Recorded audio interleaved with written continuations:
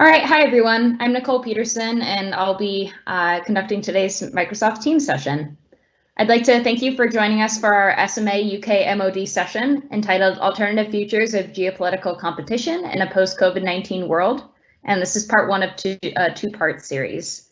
I'd also like to thank today's panelists, Lieutenant Colonel Jake Sotiriadis, Jason Schenker, Ms. Kara Cunzeman, and Dr. Marwa Maziad for taking the time to present today. So before we begin, I just have a few quick housekeeping items. We'll be having a virtual Q&A session after the brief, and during the presentation or just during the Q&A, feel free to submit your questions via the live event Q&A chat.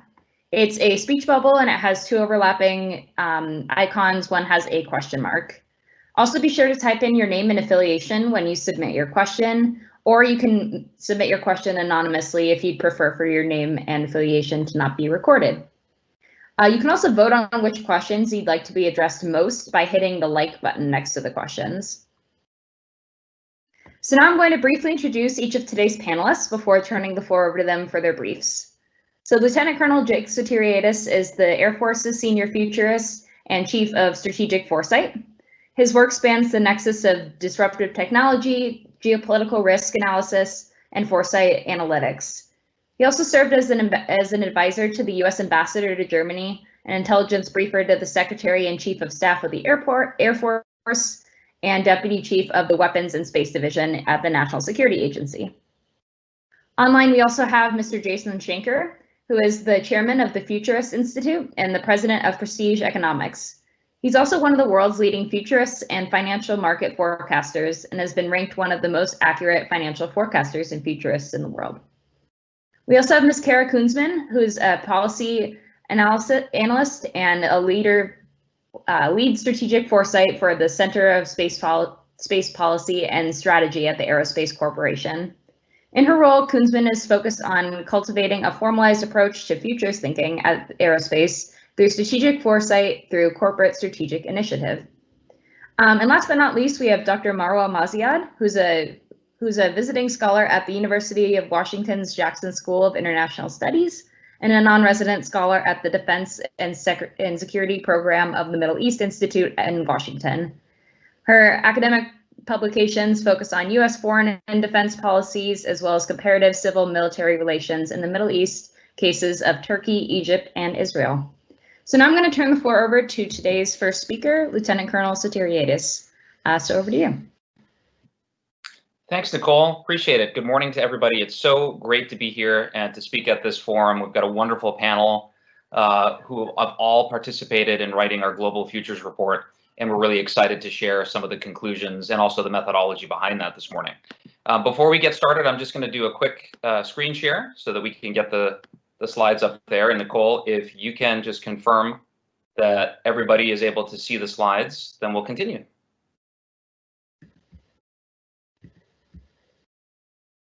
All right, excellent. So let's move right ahead. I'd like to start this morning's discussion actually by posing a question, and it has to do with if we collectively are even asking the right questions when we try to frame second and third order effects of the pandemic and the disruption. And I'll give an example here right up front, which is back in the spring when the pandemic first hit. There was a question that had actually come down to our office, and that question was, let's start putting together strategic lessons learned about the pandemic. What do we know about it? But when we started looking at that, and this is not necessarily a dig at any service of the department, this is just a question about how we've understood inquiry and research and getting at the desired outcome. The way that we were asked to answer the question was, observations should be a single statement of fact that's not too broad, but not too sweeping, and also not too narrow. And so when you look at an item, an event, a source of disruption as complex and multifaceted as the pandemic, we just understood that this was not the way to go about answering that question. Instead, we decided to ask a different question in a different way. And we put together our team of global futurist experts and foresight practitioners that developed what we're going to talk about today, which is the Global Futures Report. And this is really harnessing the power of strategic foresight. And in this current disruptive era of the pandemic, I am of the opinion that we are truly living a renaissance of strategic foresight. because 2020 has shown us, if nothing else, that the seemingly improbable is becoming increasingly probable, and people are starting to listen to that and understanding that we need to ask better questions. So in a nutshell, what is strategic foresight and future studies? Very simply, this is anticipatory thinking to support decision-making and ultimately make better decisions. And in our case, this has to do with national security futures. Now, the question you might ask is, why do we even need futurists? What if futurists are helping us make better decisions? Why do we need a cadre of these folks, particularly working national defense or even economic issues or business issues? And the answer to that is that, as we all know, our job, we trade in the currency of uncertainty. We must become inherently comfortable operating in an uncertain environment. And that means that we have to shy away from looking for definitive conclusions or linear approaches to these wicked problems. And so if we look at how alternative futures can expand our intellectual horizons and then defy accepted probabilities to maybe even shift our baseline assumptions, that, ladies and gentlemen, is really the value proposition that futurists bring to the table. And in something as so critical to our national security as this issue, we can't afford not to have this capability. At the same time, I think there's a perception, both in the private and public sector, that there's sort of a small group of folks that have this knowledge, the futurists, if you will, who have great methodologies, maybe great data visualization. But what we need to do in particular, what we are doing now on the Air Staff and in the Department of the Air Force, is a deliberate approach to democratizing futures thinking. And what do I mean by that?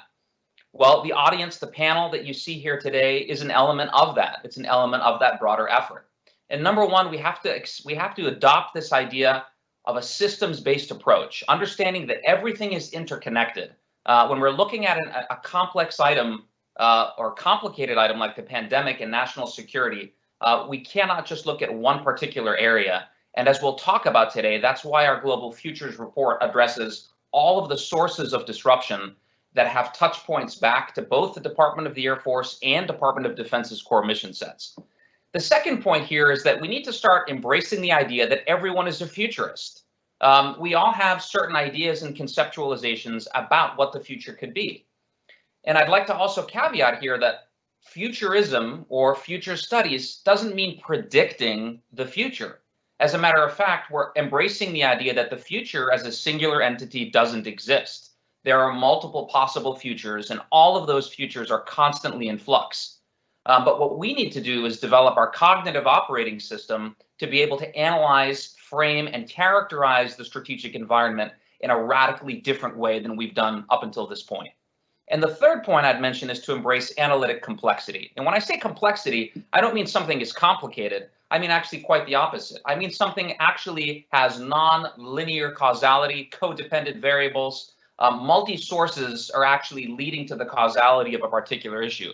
That's much different than the linear approach that we've been accustomed to taking when these kinds of issues arise. Now, I put here an article that General Fantini and I had written a few months ago talking about the digital connection deficit that the United States military has. And certainly when we look at things like joint all-domain command and control, that is certainly the department's answer to getting at this wicked problem.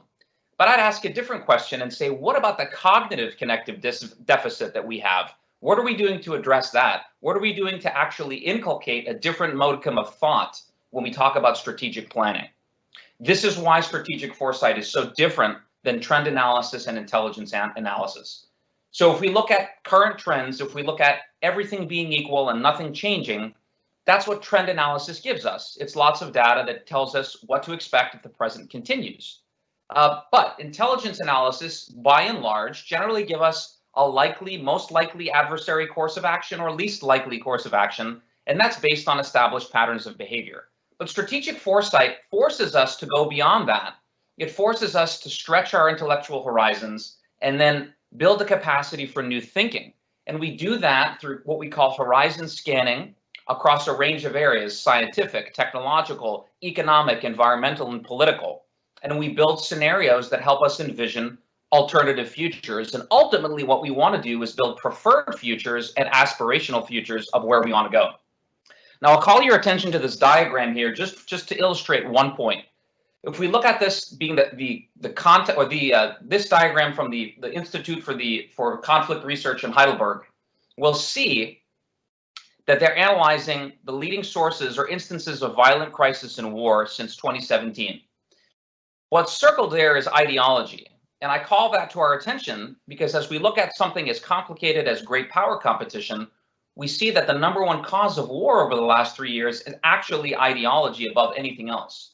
How are we thinking about ideology? How are we framing this great power competition in terms of the ideological models that we need to work at and we need to understand better if we're going to win in the cognitive domain? This is why we must think differently. We have to embrace this need for change, because before the pandemic even hit, we were already facing an unprecedented environment of security challenges across the board, from technological developments to adversaries studying our playbooks. So if we look at the Global Futures Report sections, and we'll cover this today, you'll see sources of disruption ranging from competition in space, autonomous systems, all the way down to geopolitical issues like transatlantic relations and new fault lines in the Middle East. So what we do, how we built the report, was essentially look at emerging signals and trends, picking up the weak signals that are in the strategic environment today, because those weak signals of today will become tomorrow's reality. And then what we do is build scenarios that develop aspirational futures. In the private sector, we see companies, for example, like UPS looking at this to understand how they can better take advantage of blockchains to perhaps gain a competitive advantage over Amazon. But in particular, in the public sector and in national security, we see that we tend to be rewarded through short-term budget cycles. This is what victory looks like. So if it's difficult to sort of look at a 20 or 30-year macro view, even for flat organizations in the private sector, how much more difficult is that challenge when we look at a hierarchical structure like the Department of Defense or national security? The process that our team used in terms of building this report and what we are doing today to continue this type of thinking is what you see on this graphic here, which is essentially looking at historical sources of disruption, understanding how issues have changed over time or how they've maybe stayed the same, understanding which changes or which societal changes forces of disruption are occurring today, and then building alternative future scenario. The key takeaway, though, here is to understand that in every scenario that we built for this report, there are winners and there are losers. And in every scenario, it's important for us, and what we deliberately tried to do was understand how the Department of the Air Force and then how the Department of Defense comes out as a winner in each of these scenarios, taking advantages of whatever challenges and opportunities might arise throughout these scenarios. What we did here in the report is build out of what's called the Four Futures Framework. Now, these are generic images of the future. These were developed at the University of Hawaii at Manoa, which is a global leader in strategic foresight. And this model actually belongs to Dr. Jim Dater, who developed the methodology. And in each of these scenarios, we walk through things that recur throughout history and public debates. And we start with a continued growth scenario, which basically shows us how different things could be if fundamental principles don't change today. So, for example, what would the consequences of a 20-year Cold War look like? What if we never achieve general artificial intelligence, but expand levels of automated but not autonomous weapons development? So the continued growth future really shows us the costs of inaction rather than surprising us when unexpected. On the disciplined future side, disciplined futures show us that collapses are not always complete or transformational. So a collapse could actually be the loss of a major ordering principle leading to a period of very heavy-handed control. So think about the period right after the Great Depression through the Second World War, where we had actual government regulating of prices, regulating freedom of movement at times, rationing of goods, etc. When we move towards a collapse scenario, these are sort of the fun ones to look at, although scary at times. These show us the possibility of a sudden loss of order. And so collapse scenarios really provoke us to consider how we would adapt to a radical change in our expectations or to the rules of change. So examples of a collapse future could be the end of the Cold War or the collapse of the European colonial system at the end of World War II. And again, all of these scenarios are very subjective. They're not necessarily good or bad, but it depends on where you sit on a particular issue. And then transformation futures, lastly, these address a fundamental shift in the rules of an established order. So, for example, democracy, populism, market economies, they've intensified freedom on the one hand, as much as they've also intensified the scale and the destructive character of war. So when we talk about subjective outcomes, it's important to understand that there are two sides to this coin when we talk about a transformation future. So I'll step through briefly the 4 global scenarios that we put together to tackle this question of what are the second and third order effects of the global pandemic. But more broadly, we took each section of the report and used it as horizon scanning. What that means is we did a deep dive into the weak signals and emerging trends of each section, overlaid all of that information, mapped out the sources and trajectory of disruption, and then turned up the volume on those weak signals in a major way to build plausible scenarios that might transpire and allow us to use them for strategic planning. And I say that because, again, these scenarios are not necessarily the most likely scenarios, but they represent turning up the volume on the weak signals of today to project alternative futures of tomorrow. So in Global Future 1, remember, this is a transformation, a fundamental shift in the rules of an established order. We're looking at 2035 now with the new great powers being those states that have achieved superior levels of bioresiliency.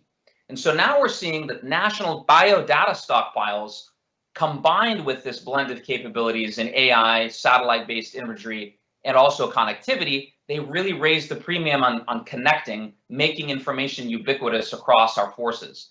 So the states that can do this and also that possess that bioresiliency, they dominate the new competition in this transformation scenario. In Global Future 2, we look at the systemic collapse, which is, again, the possibility of the loss of a sudden loss of order. And we're calling this scenario the new warring states period. In this collapse scenario, we see that the 2030s have actually become the new warring states period, which looks or harkens back to the ancient Chinese conflict era, but also the outbreak of the 21st century's first continental scale civil war in China, which marks, of course, the second civil war there in less than 100 years. But the other crisis here in this new warring states period is something more profound, which is actually a crisis of legitimacy in the state and governments themselves. This is also accompanied by a crisis of the truth narrative, where populations begin to question states' ability to deliver on their basic function, which is protecting their populations.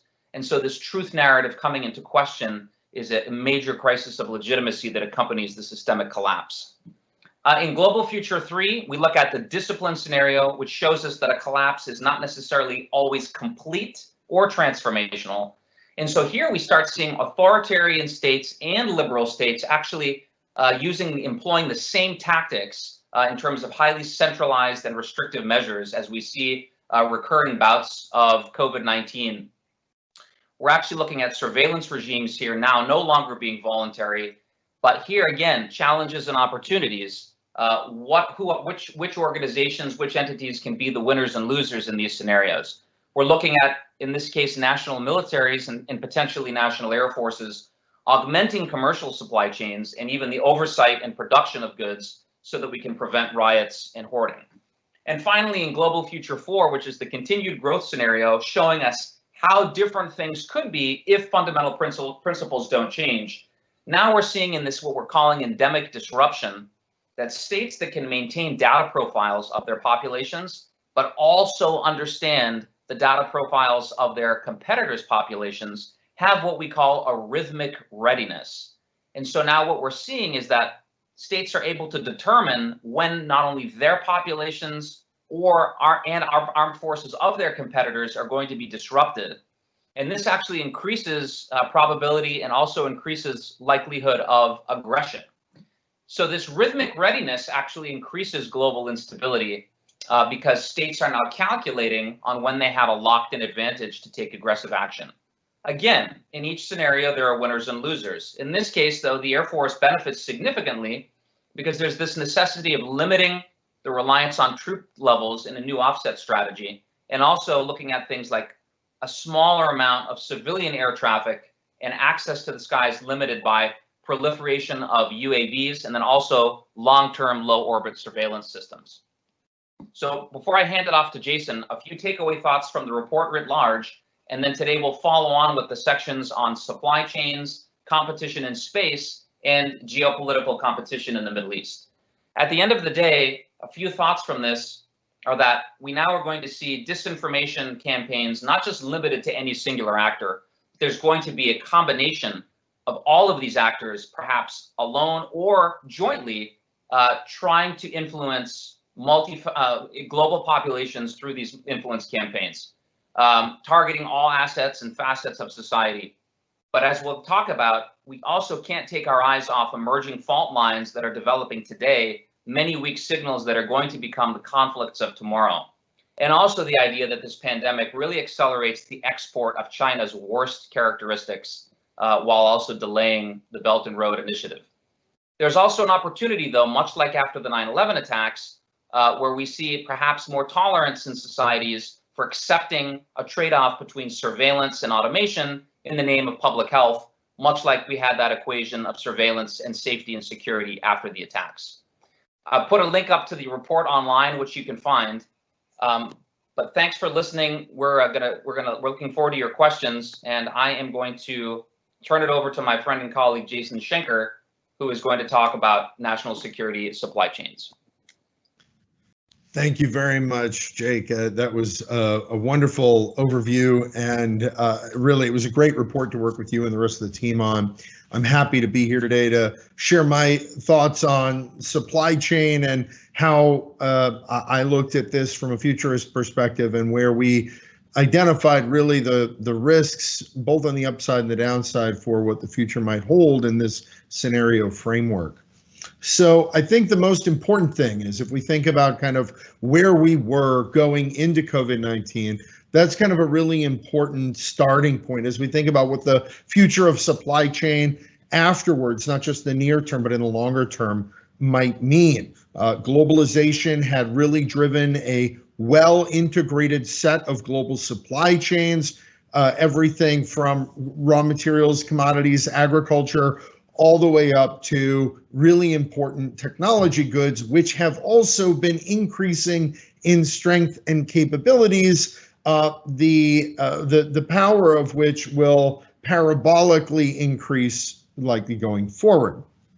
This is a really interesting time to be thinking about supply chain, because COVID-19 shined a light on a lot of things that we didn't think were concerns, or we had kind of taken for granted. And things like food and agricultural and basic necessities are things that that most people kind of really had taken for granted, and yet we found that supermarkets stocked out of certain things, right? And that was, I think, a big surprise to many people, that some supermarkets looked very much like the USSR at the very end of the Cold War, and that our supply chain was run thin.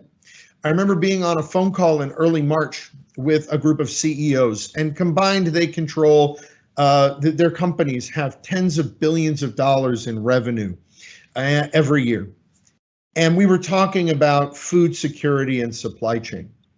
And this wasn't sort of food security and supply chain writ large. It was, hey, do you guys know where I can order cheese? Like, there's no cheese here. Does anyone know an app where I can get fruits and vegetables? How can I get meat here? When I was in this call realizing who's on it, I realized kind of how close we were to the edge supply chain was. Now, and this is sort of the bifurcated risk, and I know we have our UK friends here, and I understand that I think it's MI5 that has the idea that between stability and anarchy is 4 meals. Is that sort of the dynamic, right? And we weren't 4 meals, but we were a lot more meals than we've probably been in a very, very long time. And you're going to see this impact society domestically, as well as internationally. A lot of folks, I'm sure many of you here on this call, know people who have moved out of urban areas and moved to rural areas, or started growing gardens during this, right? So that really shows there was a level of insecurity that people were unaccustomed to. Right now, there's too many people who live every day at the bottom of Maslow's hierarchy of needs, but suddenly in the US, you had 330 million all shoved into the bottom bucket, and that's a really terrifying place to be. Now, e-commerce saved the day. If we hadn't had what we have now in terms of remote delivery, the lines at supermarkets, the chaos that would have ensued would have been bananas, right? The e-commerce grew by more between Q1 and Q2 than even existed in 2007 or 2008. Right, as a total US national level of e-commerce consumption. So we were, in that sense, fortunate that we had the technology now that we did not have at any prior recession, and that was very helpful for keeping people in goods. We also had seen that folks had become accustomed to great abundance. And as many of us have heard, right, the old nursery rhyme, old Mother Hubbard went to the cupboard was bare, right? All the cupboards were pretty much bare before this because food supplies and those sorts of things weren't a concern. But in recent weeks, I've had calls with companies across the gamut, including ones that do home building, about, well, what should we do as a response to this? And the thought is we need to put big pantries in houses for going forward, like forever, because people will see a shadow cast over multiple decades as a result of the stresses they've seen right now. And as we think about the supply chain risks going forward, we had these two dynamics where the technology saved us, but we were still on a knife's edge here. We also have the great power competition trade stuff and the trade war of the 2 years leading up to this. And the fact that even just in recent weeks, we've seen the geopolitical great power competition tensions have escalated quite rapidly. And so the question is, what does this look like for the future of supply chain? And in the last 2 years, as we've seen the trade back and forth between the United States and China and the tensions there, we've seen companies that are very concerned about where they should be, where their supply chains need to be. They've moved, especially high technology, have tried to move some of their things to Taiwan. And the question is that far enough? Is that far enough away to keep your supply chain secure for 20 to 30 years? Or will you need to have a bifurcated set of supply chains where if you're a company, and this is a question right now on the technology side with something like TikTok, right? But imagine it with hardware. Do we have to have one entity that serves China and one entity that serves the US as an end market? And can there be no cross-pollination at any point in the supply chain? Right? That could be a real thing. And that's something we've been concerned about. If we look out 20 years, we are very concerned about what supply chains will need to look like. That also means you'll have redundant supply chains. It adds additional cost and all kinds of conflict. Now, as the scenarios I've kind of laid out, as we think about the trend we're on versus what collapse or an acceleration would look like. In this case, kind of a collapse of the trend we're on going in the other direction would be what I called the Hollywood ending, right? Everybody's sitting around a campfire making s'mores. The trade stuff is all kumbaya. Everybody's happy. There's no more great power competition. There's no more problems in the South China Sea. We're not worried about technology transfers. Everything's perfect, right? That would be a complete reversal of the trend we're on. Then there are two other scenarios. One is sort of trade war détente, which is, maybe things would to be a bit more optimistic than the path we're on.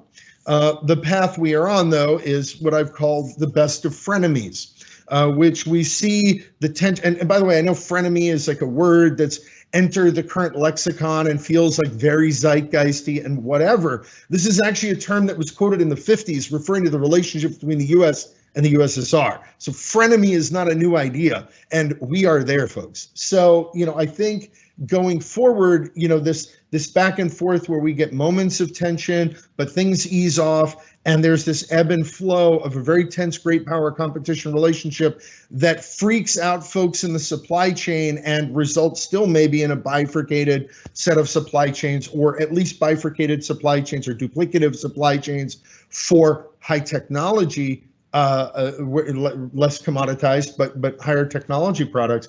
I think that seems likely on the path we're currently on.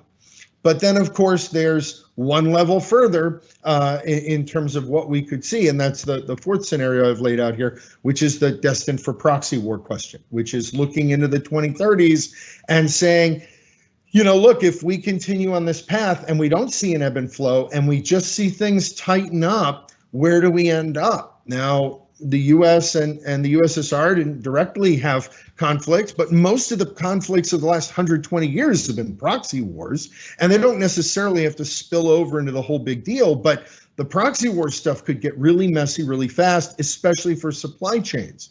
And from a disruptive standpoint, if we think about the future operating environment, especially in a special operator framework, and we think to 2035, you could see all kinds of countries that are pulling themselves apart.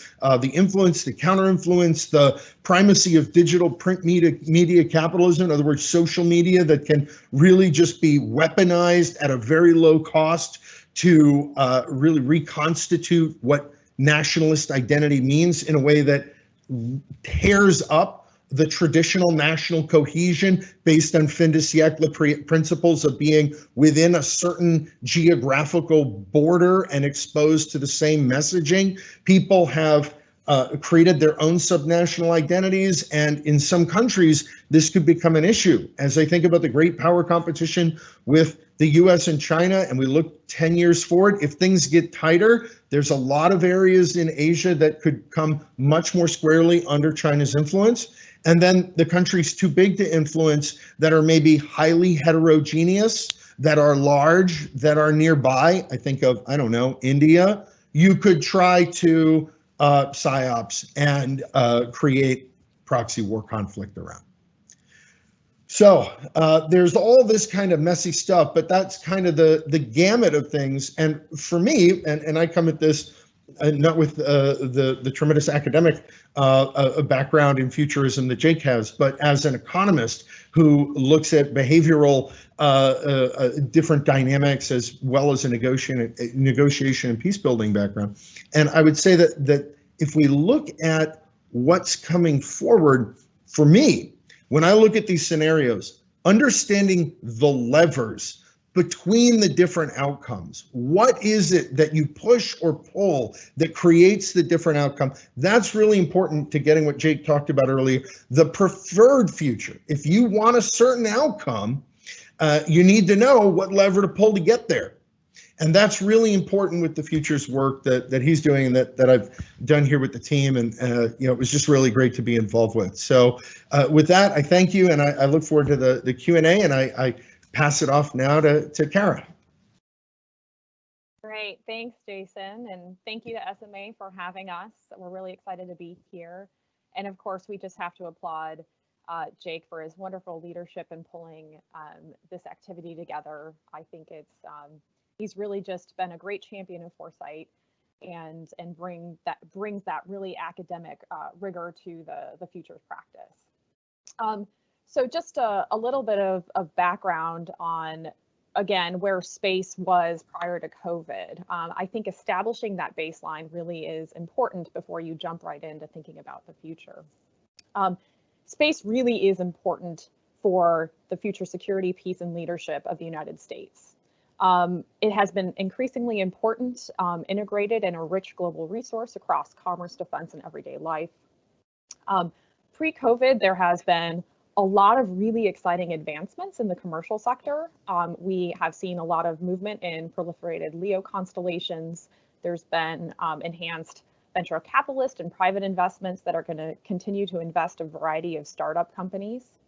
Of course, we had the stand-up of the Space Force, and which is really kind of a big signal of how the military has been adopting to the changes and the needs of the broader global space ecosystem. And then, of course, we had our eye on the moon with Artemis that still is diligently working towards landing on the moon in 2024. And even though I specifically was focusing on space for this report, I really appreciated my colleagues looking at their respective areas of expertise through different lenses, because I think it provides that deeper, richer glance into the geopolitical environment that could all be influencing how the dynamics kind of pan out in the future. And as Jake had pointed out earlier, this is a really complex subject that we're talking about. We cannot necessarily predict or anticipate specific outcomes because it's so complex. So I think it's really important to have this multidisciplinary look that this report had kind of going into it.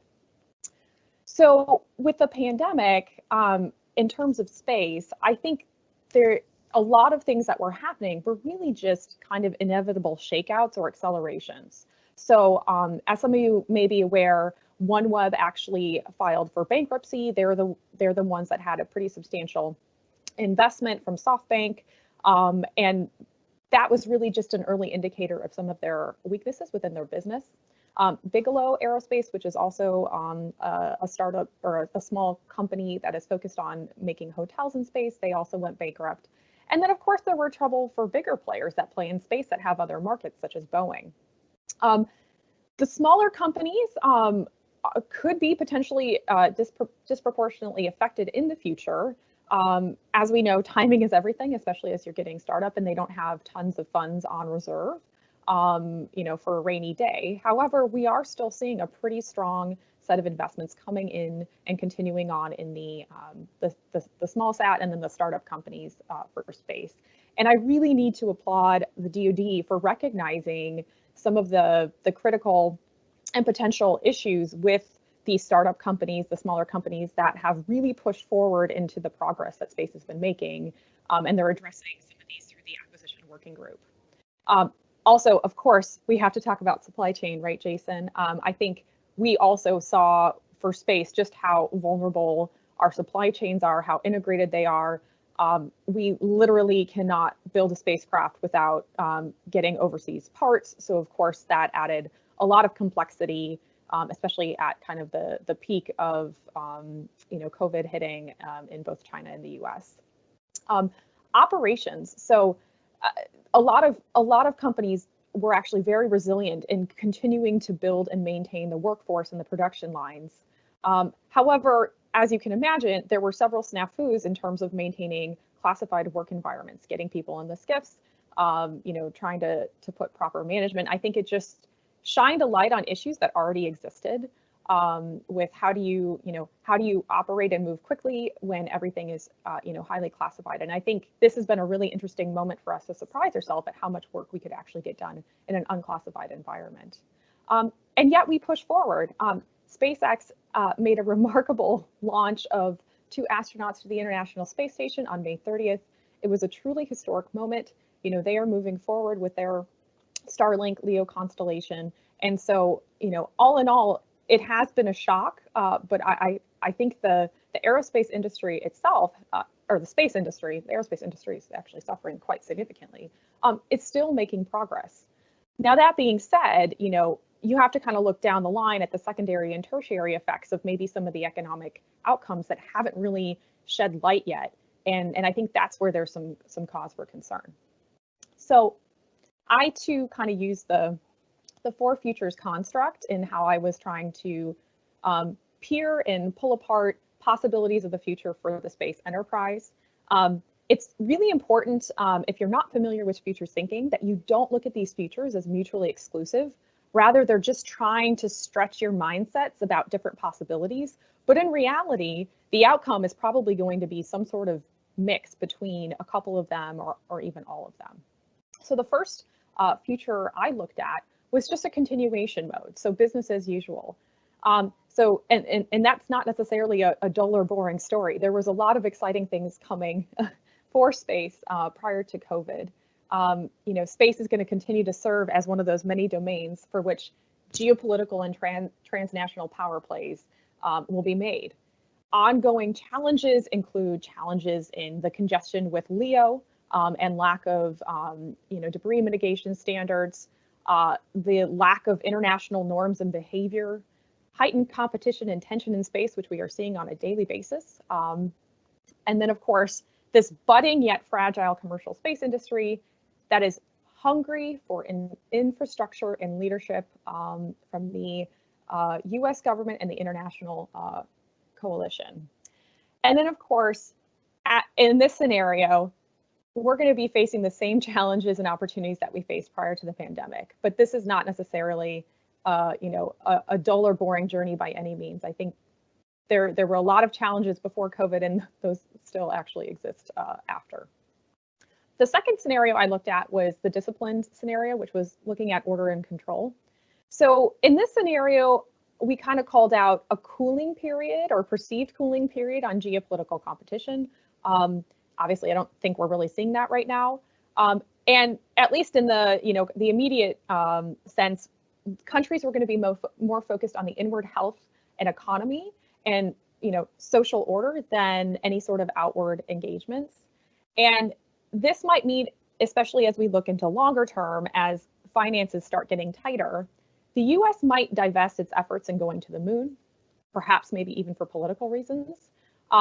This could dampen ambitions in transforming the next generation of space capabilities and architectures. And of course, the goal by doing this is to draw out the lifetime of current capabilities and costs, or current capabilities and systems, so that we could reduce costs over time. And then one of the kind of, I guess, turns of events in this scenario is that quietly in parallel, there are certain competitive states, let's say Russia or China, that could be leveraging that cooling period while the US is not paying attention necessarily outward on investing in those key strategic areas for competitive gain. The third scenario that I looked at was the systemic breakdown, essentially the space ice age. We kind of ran into this after the Cold War, then again in the 90s after Taladesic. This potentially could be the same thing if the house of cards of Silicon Valley and the space startup community folds. So there could be enduring aspects of the pandemic that is driving a global and systemic economic meltdown, perhaps even worse than the 2008 financial crisis. Maybe there's another wave or even another pandemic that hits us pretty shortly after. And all of the small space funding dries up, and all of the large companies that really push a lot of the common infrastructure also are having issues and having to make cuts. So with that, the budget reckoning for the United States also comes. And so in this scenario, the United States has to make a really, really tough choice to make cuts across the board. And at this point, space isn't even its biggest problem, right? At this point, geopolitical competition actually is turning into one of survival. And then the fourth scenario I looked at was really the transformation, which is always the most exciting one. I really find this one the most exciting one. This was looking at high-tech, high-spirit solutions. So this is kind of looking at, even in the face of immense uncertainty and having a lot of challenges with the pandemic that we're currently faced with, the United States takes on a more proactive and strategic policy-making solution where they make very specific targeted investments in critical development sectors for space that help spark a renaissance of commercial activity for sustainability in the long term. And the US is recognizing the value of space despite the fact that they need to make cuts elsewhere because of the economy.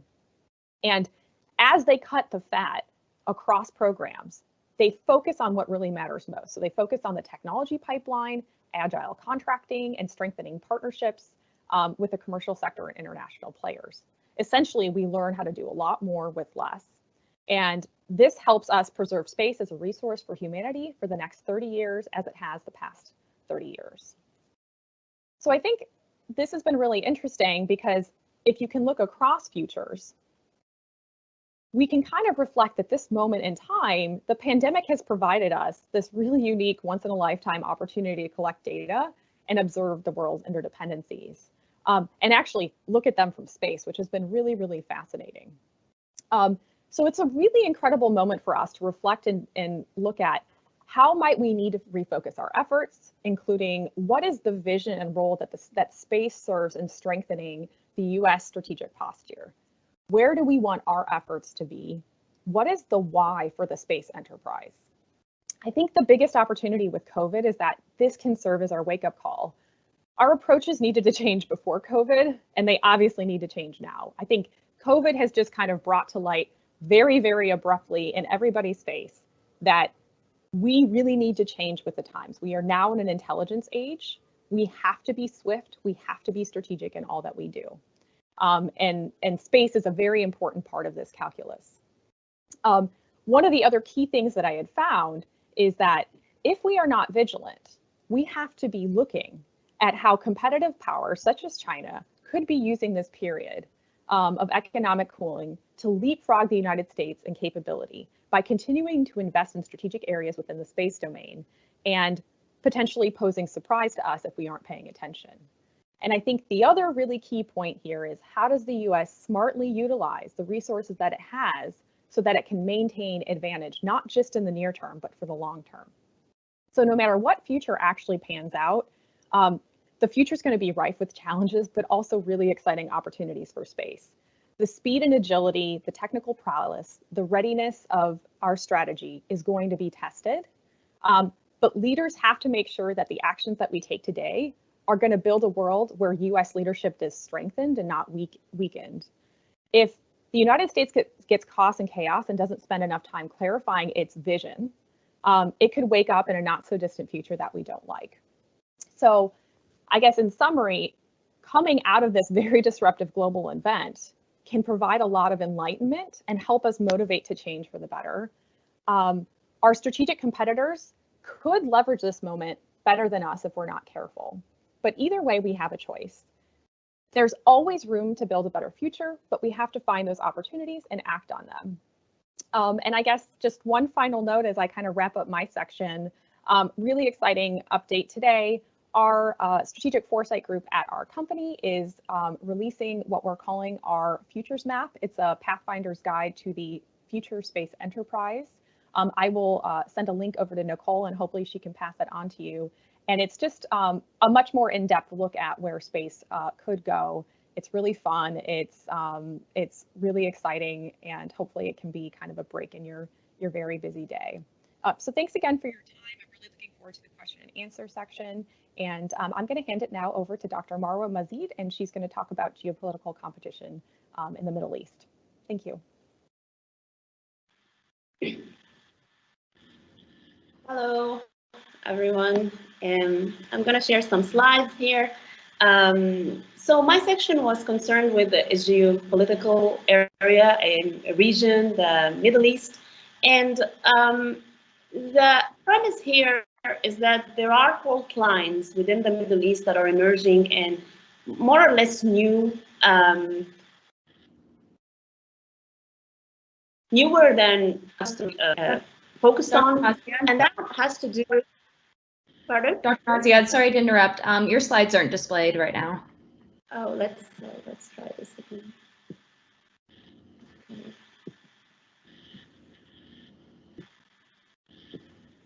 Sorry, everyone, just a moment. Is it now?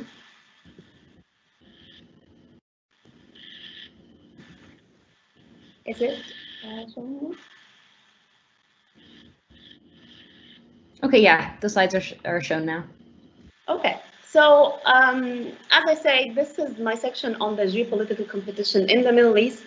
And the idea is that there are fault lines that are emerging in the Middle East and the MENA region that reflect the multifaceted regional power competition beyond what might be readily, that comes to mind readily concerning Iran, for example. The regional fault lines that I want to focus on are the ones that pitch new alliances and alliance networks that underscore a certain rivalry between two sides of an equation. That is Turkey and Qatar on one side, that is fostering a pan-Islamist, expansionist alliance in the region, and the other one that is composed of Egypt, the United Arab Emirates, Saudi Arabia, and Bahrain, who are fostering a statist, militarized, and secularizing pact. They are known as the Arab Quartet, that goes back to the 2017 coalition that they formed, basically against Qatar, which they named as a destabilizing country in the region.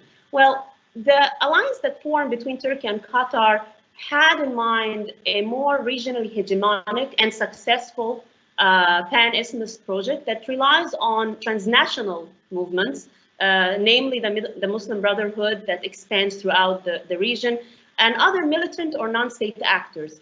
And that advanced towards even commissioning mercenary jihadists in war areas like in Syria and Libya, the Horn of Africa, the Sahel region of the West Africa region, to basically change the governments there and replace them with Islamist supporters. That was a trend that started between 2011 all the way until 2017 and to this moment. So this is the characterization of what's going on, is that there is that side of that equation that is fostering pan-Islamism, and then the response to that was a sense of Arab statism, a very important emphasis on the state in its militarized and secularizing and defensive format as a way of an alternative to a more expansionist and pan-Islamist ideology that is coming either from Iran or Turkey, for that matter. Now, these two sides started building more alliances that are expanding beyond just the Middle East or the Arab areas, and actually are expanding that alliance into a Mediterranean realm and a Mediterranean identity. And here you would find that the United Arab Emirates is more or less integrated into this Mediterranean affairs through the Libya question and situation there. So now Egypt, UAE, Saudi Arabia, and Bahrain are more interested in even forming further alliance with Greece, France, and Cyprus in order to deter Turkey's presence in the East Mediterranean. So if that was the situation, I wanted just to show you that's the starting point. That was the 10 past years. If there is this COVID-19 pandemic that came as an independent variable, more or less, how did that impact and disrupt the current status quo? And what would happen if we were to look at these weak signals and emerging regional trends and visualize on these four scenarios? What happens if the status quo continues? What happens if there is some modification, but not much? What happens if there is a complete collapse of that status quo? And what happens if there is a transformative change? In the middle of this COVID-19, at the beginning anyway, we found that the main countries that were more or less under the spotlight in terms of their highest levels of contagion, they were Iran, Turkey, and Qatar, for that matter. There was a lot of coverage on that, that they were hit harder, let's say, than Egypt or UAE or other Gulf countries. Israel also, at the beginning, there were high approvals of the government handling the pandemic, but then that became more disputed, and there are protests against the government of Benjamin Netanyahu, particularly in the way that he's handling the pandemic. So as this pandemic came, there were some questions about how this would impact the potential disruptions of the near future, and a little bit of a medium-term to long-term futures. How would the oil markets that are affected by the pandemic? Actually, there isn't much production, traveling, and such. So the oil markets were hit. Would that affect the alliances that I just named between Egypt, UAE, Saudi Arabia, and Bahrain, for that matter? Would that affect it or not? A second question: are there real dangers in terms of the rival ideational competition in the Middle East, or is that going to go away?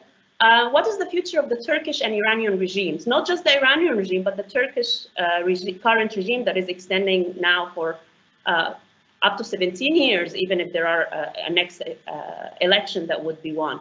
What other geopolitical and economic roles would the Middle East militaries in particular going to play, especially in light of these supply chains that we just were introduced to? How does the military in a given country help in civilian supply chains and show some resilience in these times of self-isolation? Finally, how does the US or the Chinese and Russian and the EU engagement in the region affect the situation in the region and affect the relations with these global powers? Let me go very briefly through the potential futures. What would happen if it's just a continuation, business as usual? So business as usual means, in my analysis, that the Turkey-Qatar Muslim Brotherhood alliance continues. Ankara and Doha continue to prop up Sunni Islamist governments throughout the region, or try to do that. They continue to see arch enemy in Egypt's status militaristic trends. Qatar continues its competition with UAE, and Iran also continues to export this Shia Islamic revolution and matching Turkey's own aggressive pan-Islamist initiatives. So proxy wars continue basically the past 10 years. All in that, though, the security between Egypt and UAE, Saudi Arabia, and Israel would continue. And actually, that's what ended up happening as one of my predicted outcomes when we go to the transformative scenarios. That the UAE-Israel Accord fits into this alliance that is there to deter the encroachment of other two non-Arab Middle Eastern countries, namely Turkey and Iran. So again, business as usual would mean that these major players, namely big populous countries such as Turkey and Egypt, these are equivalent countries, 80 million people to 100 million people, biggest militaries in the region and worldwide, actually.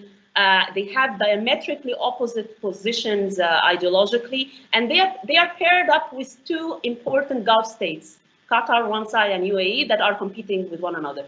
So that pairing is very important. It's not just a competition within the Gulf, or it is just Iran versus Saudi Arabia or Iran versus Israel. It is major players that are paired up with smaller countries but are rich and agile and upcoming, that form a very eclectic alliances and divisions. So that's the business as usual. But if we are to also, part of that business as usual is that Israel's prime minister continues despite the protests. He renews terms and he stays in power because his presence is a direct outcome as well of regional geopolitics. If you have an Erdogan who's there for 17 years, yes, you will have a Benjamin Netanyahu for 13. So in terms of economic business as usual scenario, also that the oil prices nosedive would be short-lived. It wouldn't affect the Quartet's alliance. In fact, the sovereign wealth funds of the Gulf states would invest in opportunities in global markets that are hit by the pandemic, and then they would come out of that still managing. More importantly, in the business as usual scenario, or the continuation, is that Saudi Arabia doubles down on further social liberalization, as it has already ceased to export its extremist Wahhabi doctrines of earlier decades. So Saudi Arabia stood for the biggest exporter of very fundamentalist and extremist version of Islamic interpretation, and for the past 6 years, it has completely changed that direction, and I would say it would continue to do that.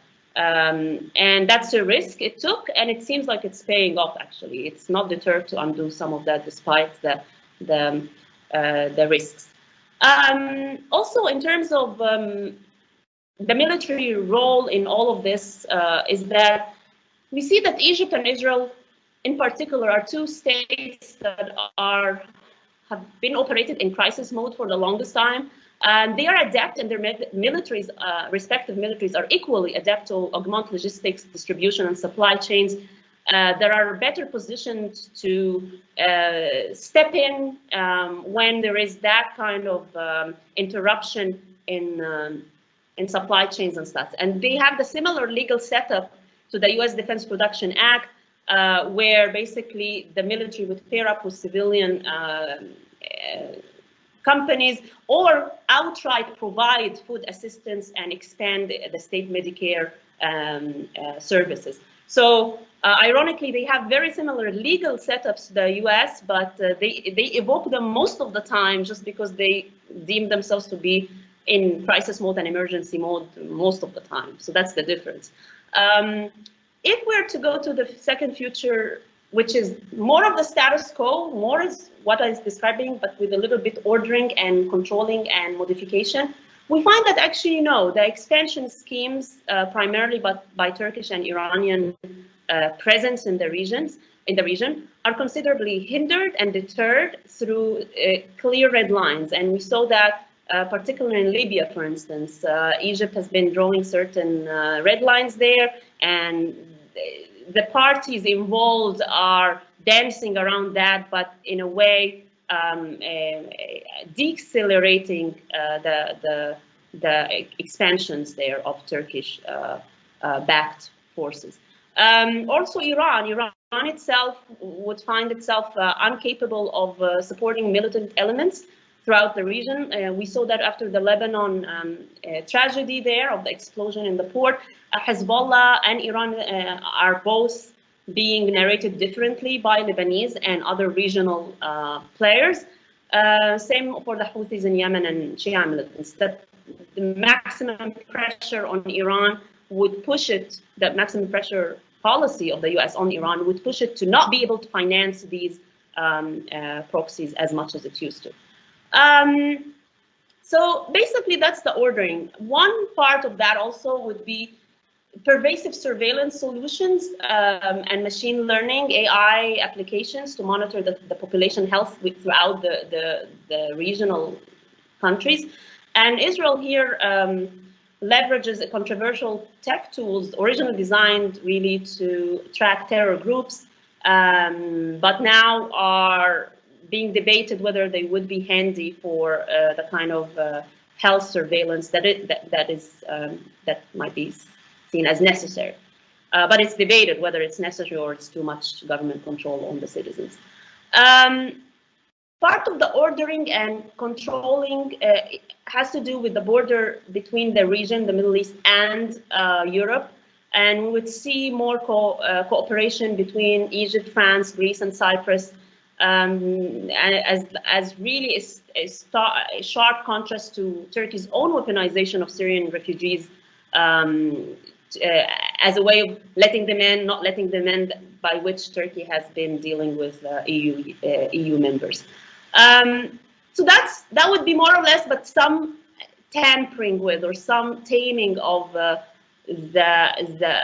power of some of the regional players to expand without any resistance. The third scenario would be the status quo changes.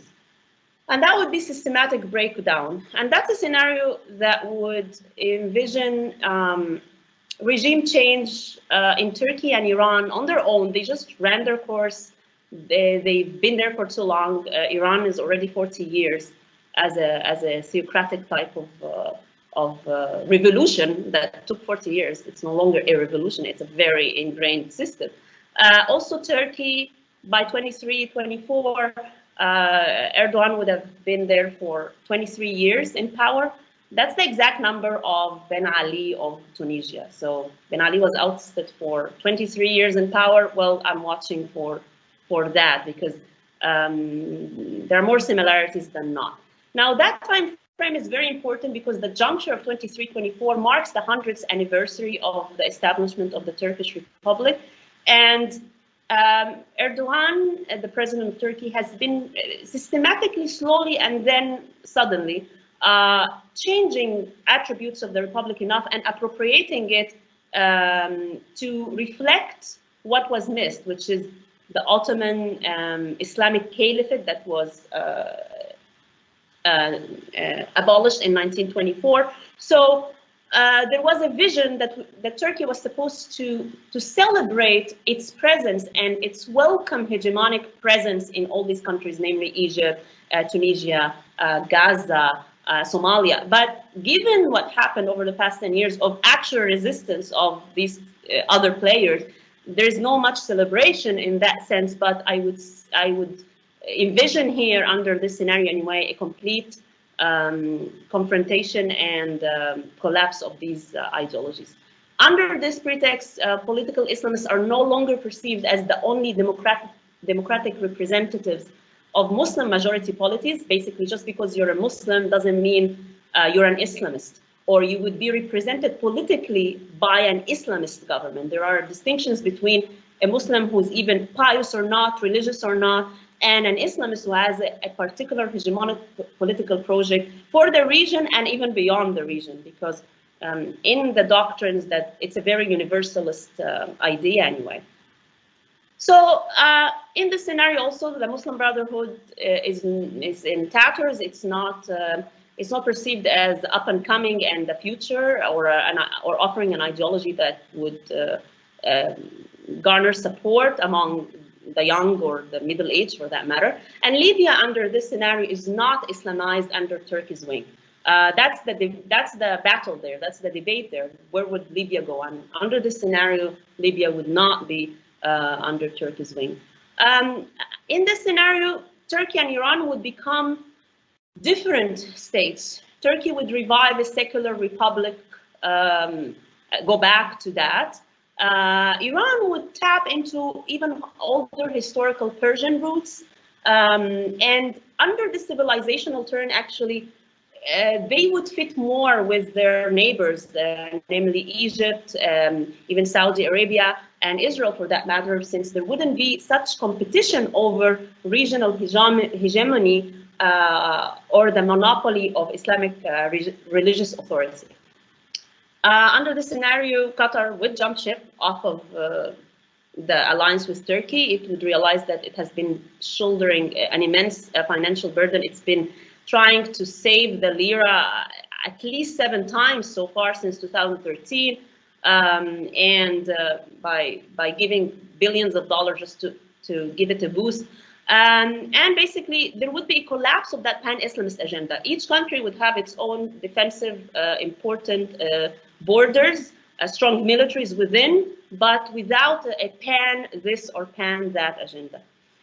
So that brings us actually to the potential future that is the final one, which is the transformative one. And ironically, we do see some of this transformation with the UAE-Israel-Abraham Accord. It fits in this scenario because in this scenario, the Middle East regional order begins to look like post-World War II Europe, where warring parties, conflictual countries with long-standing oppositions and struggles like that would become more militarized, statist, and defensive instead of offensive and expansions, and more or less protecting their own borders and knowing their place within the region vis-a-vis the rest. There might not be such economic integration, but there would be more focus on domestic issues and also bilateral relations. In this scenario, you would see the kind of things we're starting to hear about UAE and Israel,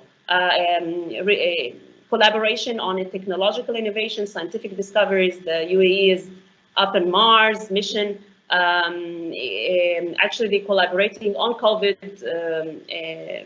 medical research as well. And basically, Turkey, again, would eventually return to its secular republican disposition, and there would be more stability in the region. Now, the Gaza question, the Palestinian state would be a state that, based in Gaza exclusively, its cultural identity would stem from a coastal Mediterranean city, channeling the ancient Philistines as the people of the sea, instead of an Islamist identity. And post-Hamas Gaza would be modeled of a Singapore, or basically the city-state model that would have the makers of Dubai and Abu Dhabi and the Neom city on the Red Sea behind that. In this situation, also, the Arab populations in the West Bank either become citizens of the new Palestinian state in Gaza and remain in their towns as permanent residents, but not citizens, as Israel actually increasingly annexes regions based on very Jewish religious rationale that has very religious and theological interpretation of the land. What does that leave the US or the allies of the US or the West to think about? Well, the US has been focusing on great power competition and identifying China and Russia are the primary threats. But the problem with this is that China and Russia have been in the region and they've been really present and making relations, fresh relations with the traditional US allies. And when there are new relations, there are excitement. So it's kind of trying it out. So the Middle East cannot really be relegated to the geopolitical sidelines, because if that happens, the US would go away, do something else, and by the time it comes back, new facts on the ground and new relations would have formed, and more agency for each of these players would have been playing out. So the United States cannot afford to really not look at the periphery of the vision of its adversaries.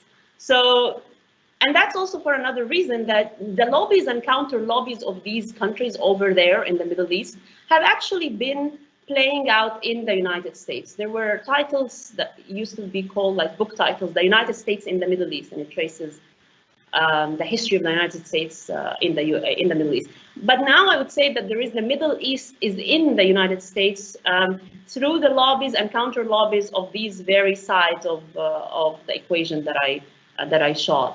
And if the United States is not that vigilant, there are also signs now that the region is so much in the US that there are domestic politics that are being affected by the fissures and fault lines and covert operations that are playing out and being advocated and pushed by those oppositional forces in the region. So it's really imperative that the US does not lose sight of the real fault lines, not just the ones that we keep repeating, which is, as I said, Iran versus Israel or Iran versus Saudi Arabia. There are other ones, and to focus on this, because there are global security at stake, but also national and domestic affairs within the American homeland.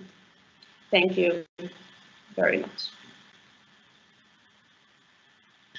All right, thank you everyone for presenting today on this panel. So now we're going to move on to the Q&A portion of the discussion.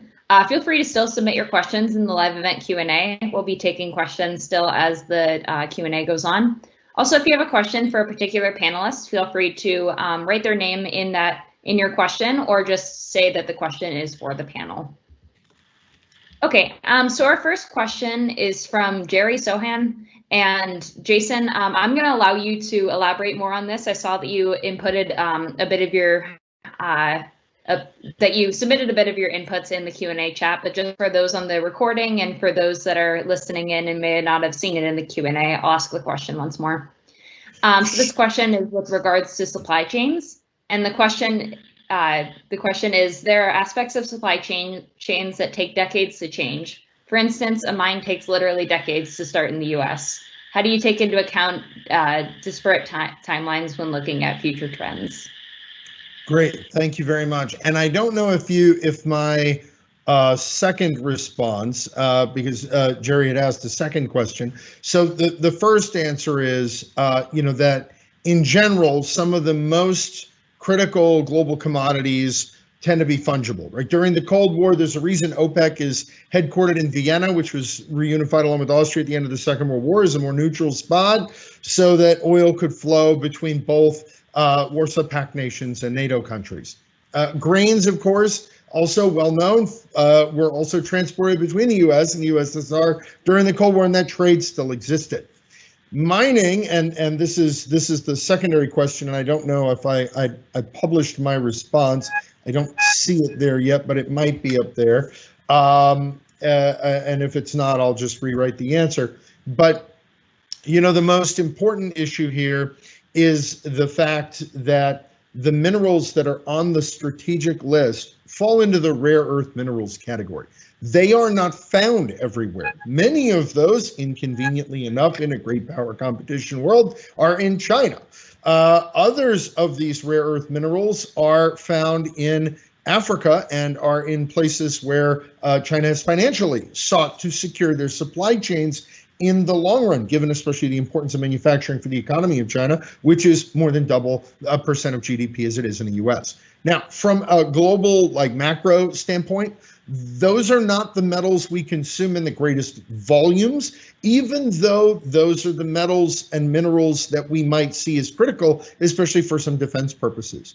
The metals that we consume in greatest volume, right? Iron ore, aluminum, copper, nickel, lead, zinc, and tin can be sourced from other places. Most of those aren't even on this list. Aluminum's on the list, but the global reserves of alumina and bauxite are something like 10 times the level of the global reserves for lead and zinc, if not more, in terms of how many years. I think at one point we'd seen there were a couple hundred years of alumina in reserves left based on current use. So, you know, in terms of, is this a concern? Absolutely. But when we think about mining and minerals supply chains, we have to have access to them in the ground, right? We're not alchemists. We can't, you know, just make raw elements pop out of the sky or do some sort of magic.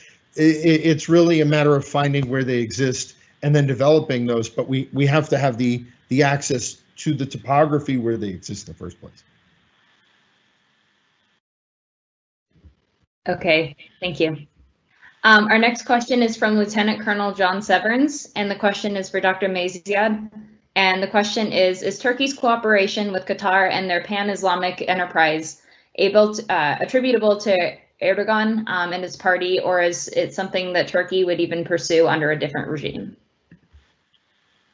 No, Turkey would not pursue that under a different regime.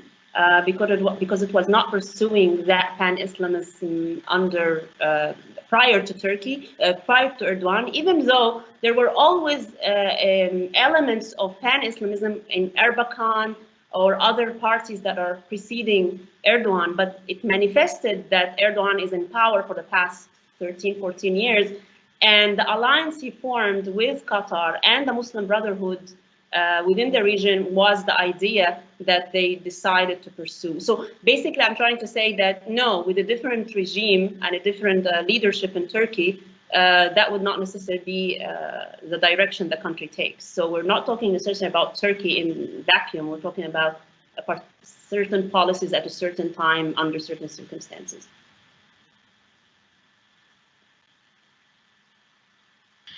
All right, thank you. Our next question is from also from Gary Sohan, or Jerry, and the question is for Lieutenant Colonel Sotiriadis. And the question is, in long-term strategic planning, we normally assess the strategic environment to identify trends that are expected to continue, irrespective of the strategic choices that we make. Can you explain how your methodology differs, if it does, and feel free to answer that. Yeah, thanks, Nicole, and thanks to Jerry for the question.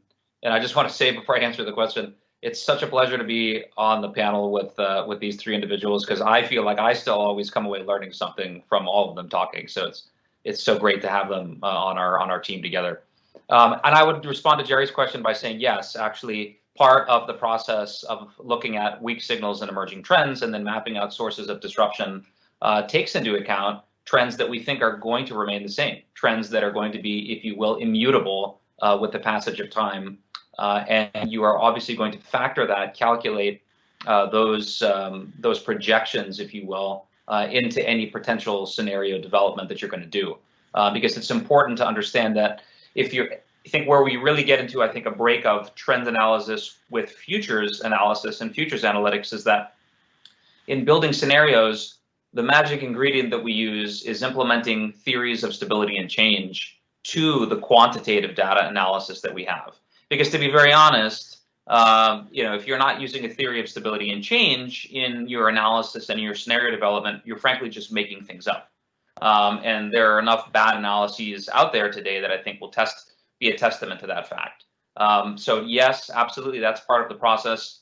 But it's actually a really interesting thing to see when you can actually get the data visualization and look at actually that tangible map of where that looks, and then actually finding some of the decision points and touch points back to your individual organization strategic planning. So thanks for that question. Okay, we have another question from Jerry, and the question is for the panel as a whole. I believe he didn't specify a particular panelist that it's directed to, so I'll open up the floor for this question. So the question is, when conducting features analysis, how do you avoid succumbing to groupthink? Is there usually a designated devil's advocate? And also with the 4 features process, how do you avoid overemphasizing one particular feature at the expense of the elements of the other possible features? Nicole, let me take a stab at that, and then I'll let the rest of the group chime in if they'd like to. I'd like to say that number one, you actually foster true intellectual diversity in the group of individuals that you select to work a project on. And I think, part and parcel to that, if you look at our report, if you did a geographic map of our Global Futures report, it would span from Honolulu, Hawaii to Cairo, Egypt. So that's not only geographic diversity, but if you look at the bios of the participants, it's intellectual diversity, it's life experience diversity. Everybody brings a different viewpoint to the table. So I think picking the right people and the right experience base is the first ingredient to avoiding groupthink. But as anybody on the panel today will tell you, we're constantly challenging each other's assumptions, constantly challenging what we're saying, and constantly sharing new information, because we're doing signals exchanges, not only with this network, but with our broader networks of things that are happening in the broader strategic environment. And so that helps us, I think, stay fresh, current, and also not to believe our own press too much, and to be able to have that check on what our core assumptions are. And I think that's a really important part of the process. And then I forget what the second part of the question was, Nicole. It was groupthink and something else. Yeah, the other question was, is there usually a designated devil's advocate? Oh, yeah. Not necessarily in those terms. I think the process that I outlined sort of covers that, and I'll let anybody else jump in there if they have something to add. There's one part of this question, whether we overemphasize one particular future at the expense of the elements of other possible futures. So does anyone want to answer to that? Do you want to answer to that, Jake?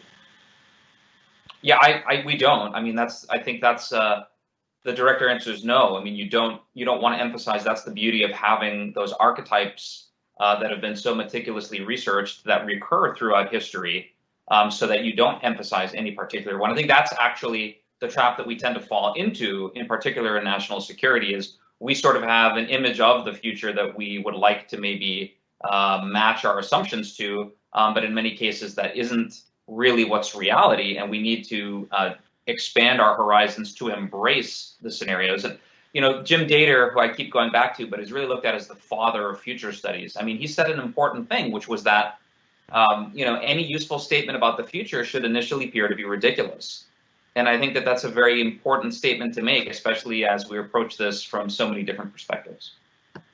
It's so funny, Jake. So there actually is one of Jim Dater's students who just commented with that exact quote on the really? comment. And their question was, obviously within the pandemic, people want realistic, predictions, if you will, about where things are going, given the importance, right, of the potential outcomes. So how do we as futurists, kind of balance that? Are we stretching our thinking enough, really, so that we're not surprised, but also, will decision makers even listen to us, depending on how we pose the scenarios? And I think that was her question. That's a really great point, and thanks for bringing that up, Kara. And we've all talked about this, but this is what we were addressing at the beginning of the presentation, which is that we've got to shift our cognitive operating system to a different place. And I think, this kind of work, this kind of report is so critical to doing that. Ultimately, I think what we're talking about is we're talking about something that's an operating system instead of a smartphone app. What people want is they want a smartphone app that they can just reach out, touch, get an answer, and get a prediction. That's not how future studies works. It's meticulous work that takes a long time, that takes a lot of subject matter expertise, and frankly, you need to get the right people together and ultimately proliferate the knowledge. That's why we talked about this idea that everybody is a futurist. We want greater buy-in, and we want greater participation on this, because it's something that it really impacts all of us. So the individual that mentioned Data's first law was Dr. Maorong Zhang from Creighton University. And he had also asked, would you take this chance to elaborate briefly the depth of this law in the context of the post-COVID-19 world for the alternative features of geopolitical competition? Yeah, I mean, I think everything that the entire panel today talked about really speaks directly to the point that he's making, in that, there's probably no better time than this present moment of disruption to really talk about the value proposition of future studies. Actually, in a talk I gave a few weeks ago, I mentioned that 2020 actually could be called the year of the revenge of the futurists, in the sense that, it finally makes things that seemed so improbable. I mean, if we would have been having this conversation in January of this year, all of us, the main story that was in the news was the the killing of General Soleimani in Iran, and all these news agencies saying that we're going to have World War III pretty soon. Well, that didn't materialize at all, right? That was misinterpreting a source of disruption. 2020 took a completely different turn, and we are where we are now. So I think the positive message that we can come away with from this, despite all of the disruption and all of the suffering that's been wrought by the pandemic, is that it forces us to really embrace this way of thinking. It forces us to talk about the cognitive operating system and make a fundamental change in how we approach our strategic planning. And I think does anybody else want to talk to that? Because I think it's something that we all do.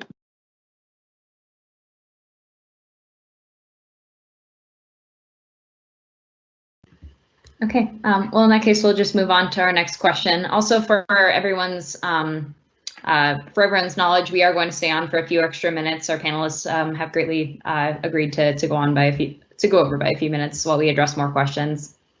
Our next question is from someone named David, and the question is, did the panel review similar past efforts such as Project Horizon and NDU report and apply lessons learned so that we don't invent the future wheel to current futurist projects? Yeah, I mean, here's the issue with that. I mean, there's futures studies as a discipline, and if we look at the history of foresight, it really starts with the Department of Defense, and it starts with a lot of projects that had begun in the RAND Corporation. So we've got sort of an ebb and flow over the past 60, 70 years in terms of how we've used future studies.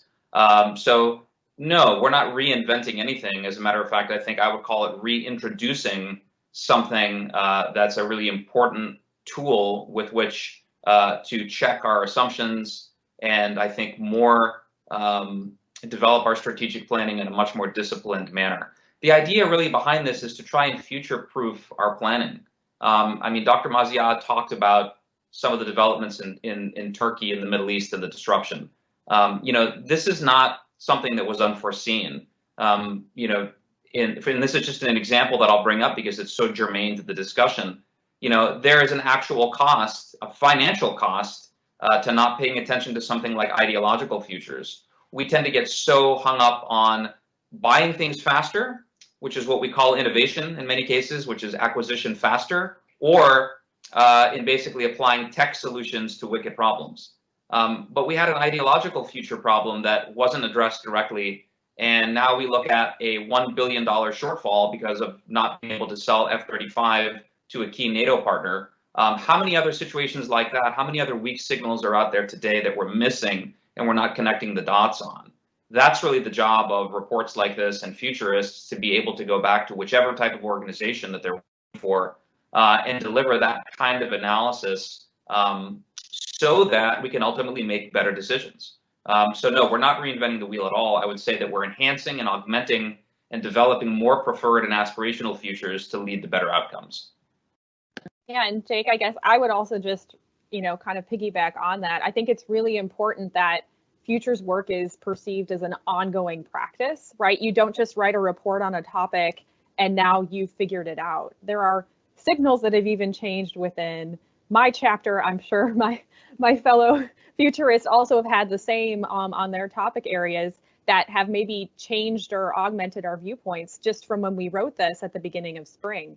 So I think it's really important that we recognize that our work is never done. It's an ongoing practice. You get smarter as you go. You try to hit that problem and from many different perspectives as you can. But unfortunately, right, it's never enough. But also at some point you have to make a decision and move forward. And so that's why I think coupling the ongoing futures work with agile decision making, proactive decision making is really the right formula. Okay, thank you all. So we have a question now from Kirk Otterson from LANL, and the question is for Jake. So the question is, complex adaptive systems theory and design thinking seem to feature prominently in strategic foresight, as you described in your briefing and report. Are you familiar with systemic operational design in an old counterinsurgency manual, FM 334? And he's interested in any additional comments that you can provide on how complexity theory informs your analysis. Yeah, sure, absolutely. Complexity theory certainly informs a part of the analysis. I wouldn't say that it's the only factor that goes into what we do. I think complexity theory is useful when we try to look at wicked problems that have, multi sources of causality, and sort of a nonlinear approach is required. I think the value that brings to the table really speaks to how we think and how we conceptualize problems. We tend to have, I think, a tendency to just want to, especially in national security, look at budgets. And when we talked about the pandemic initially, the discussions were which programs are we going to cut and which programs are we going to divest from? Where are we going to reinvest? Those are all valid questions, and they're real problems that require real solutions. But before we can do that, we have to actually try to frame the strategic environment in a different way to actually understand the sources of disruption first, before we start even thinking about cutting budgets or potentially moving resources around. So I think that, and again, we don't have time to go through all of this today, but future studies as an academic discipline has many, many methodologies and many approaches. And so I think taking the theoretical value of complexity theory and applying that to scenario development is certainly key. It's a part of analysis, but we also have different models to build out other types of. So I think the danger in overly quantifying analysis, this is the last thing I'll say, is that it's very difficult to answer challenging national security problems that concern human behavior based strictly on a quantitative analysis. I just don't think you can do that. And I can't tell you now how many even PhD dissertations I see that are out there that have mathematical formulas that are going to supposedly tell us the causes of war, right? So when you're talking about phenomena that are so complex, I think that it really behooves us to have a bit more of analytic eclecticism in how we look at the methodology, instead of just validating streams of causality. So that's how I would approach that. It's a tool, but not the only tool.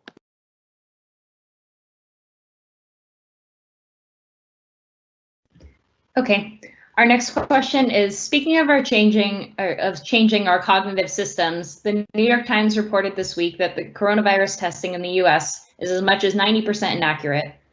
Government and scientific responses to the pandemic can be described as inconsistent, contradictory, and highly politicized, especially in the US. To what extent does your analysis consider and integrate a view that the pandemic has fostered a collapse in confidence that governments can manage the globally integrated future that has been taken as given for the last 2 decades? Would anyone on the panel like to comment on that? I'll point us in one direction, and then if anybody wants to also follow up, I think if you read our collapse scenario, it actually addresses that directly. And what we specifically mentioned, and again, not necessarily reflecting today, but taking weak signals of today and then extrapolating them and building them to a collapse scenario. We talk about things like a crisis of legitimacy in the state itself, government's inability to deliver basic services and provide security for their citizens, and then also this idea of a crisis within the truth narrative itself. So I think we've actually addressed that in the report, and if you can go and I would encourage you to download the report and read that section, and I think it provides a bit more context behind that specific issue that you're asking about.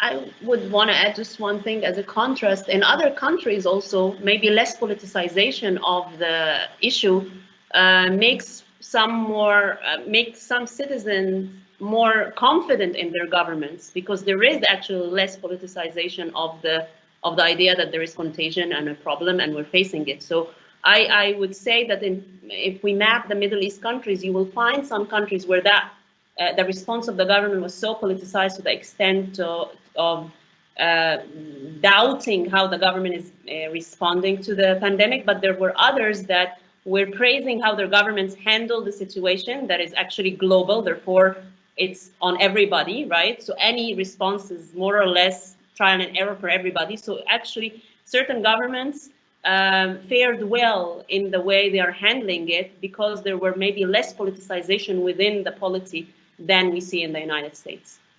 So it goes both ways in a sense.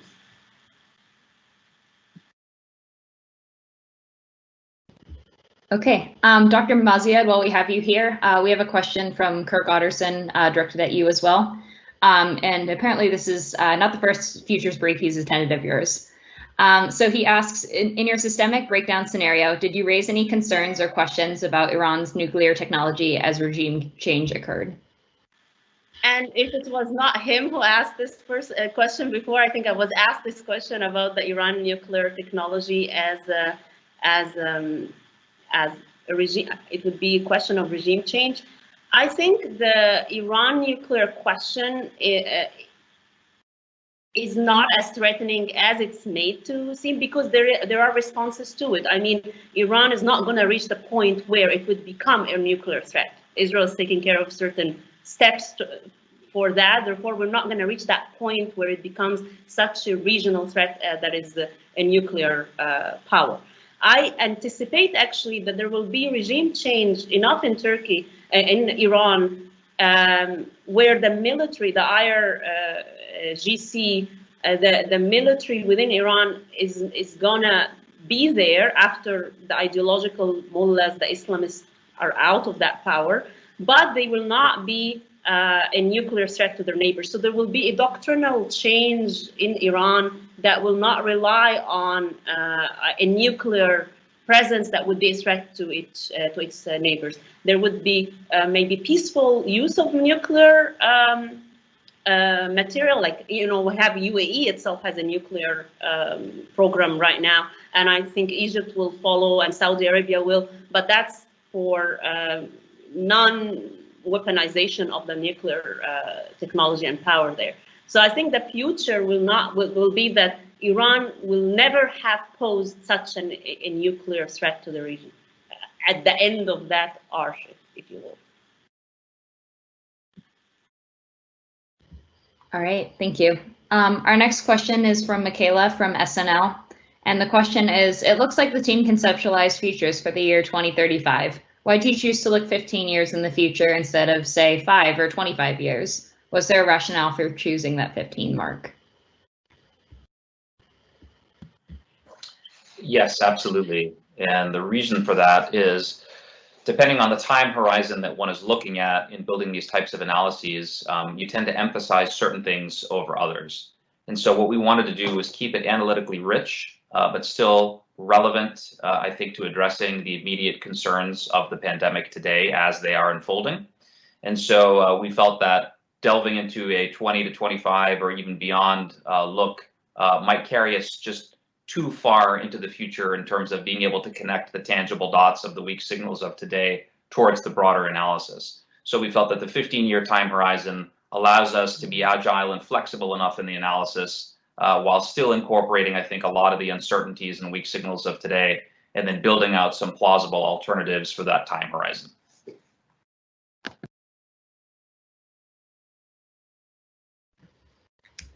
All right, thank you. Our next question is, why do France and Greece get a mention as Southern European states with a particular interest in the MENA area, but not Italy? Are there any particular interest? Is there any particular interest in Northern European states in the Middle East relationships? I think this has to do with the slide where I showed the Egypt, UAE, and Saudi Arabia having converging interests with Israel, as well as Mediterranean Southern European states.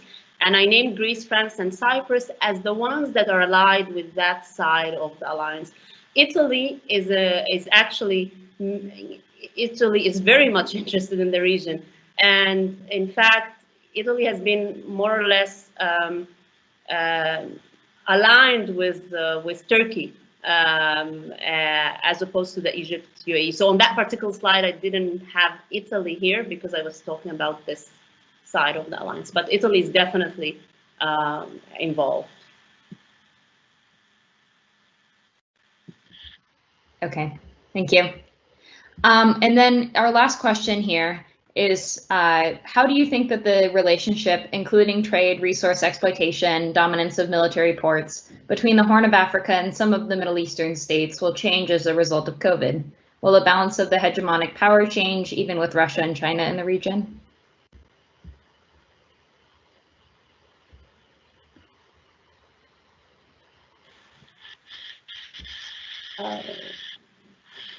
How do I say the relationship between the Horn of Africa and some of the Middle East? It would change not as just a result of COVID, but the Horn of Africa is where a lot of attention is being paid there. Somalia versus Ethiopia versus Eritrea and Djibouti. There is competition by the regional players to have military bases there, to have military presence there. And I would want to say that there are two orders of things. There is the regional order. These players have agency. These countries, Turkey, Egypt, Qatar, UAE, those countries within the region have their own agendas and they are having their own game. And then you have the larger outside powers, Russia, China, and the United States, and the EU and the Europeans. So there are two levels of operating, and I would say we're looking now at how these regional players are making their presence in parts of their larger Middle East first, and then there are responses to their own presence. So Horn of Africa now is just being, there is a lot of competition of Turkey, Egypt, and the other regional players. So we're still seeing how even Russia and China will catch up with what's happening on the ground by all these actual regional players that are integral to the region itself.